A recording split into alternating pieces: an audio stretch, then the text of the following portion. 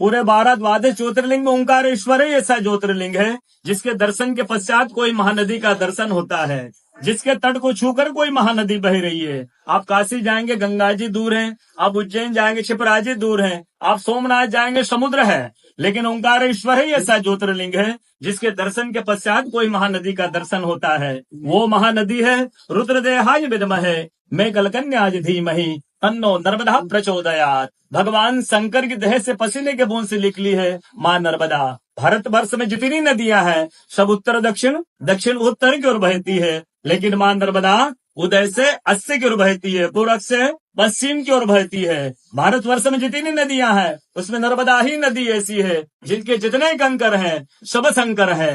नर्मदा पुराण में ये भी कहा गया है कि नर्मदा जल के स्पर्श होने से जो शिवलिंग निकलता है उसको डायरेक्ट ले जाके पूजा कीजिए, उनको प्रतिष्ठा की आवश्यकता नहीं है। नर्मदा जल स्पर्श होने से तो स्वयं प्रतिष्ठित हो जाते हैं। अयोध्या में राम लला जी की जब स्थापना की गई थी तो नर्मदा का 2.5 फीट का नर्मदा का शिवलिंग राम जी के साथ अयोध्या में स्थापित किया गया था और कहा गया है कि रेवा तटे तपम कुर्यात् मोक्षदायिनी गंगा। कलयुग में आपको तप करना है नर्मदा किनारे जाइए और मोक्ष करना है तो गंगा किनारे जाइए। रेवा तटे तपम कुर्यात् मोक्षदायिनी गंगा।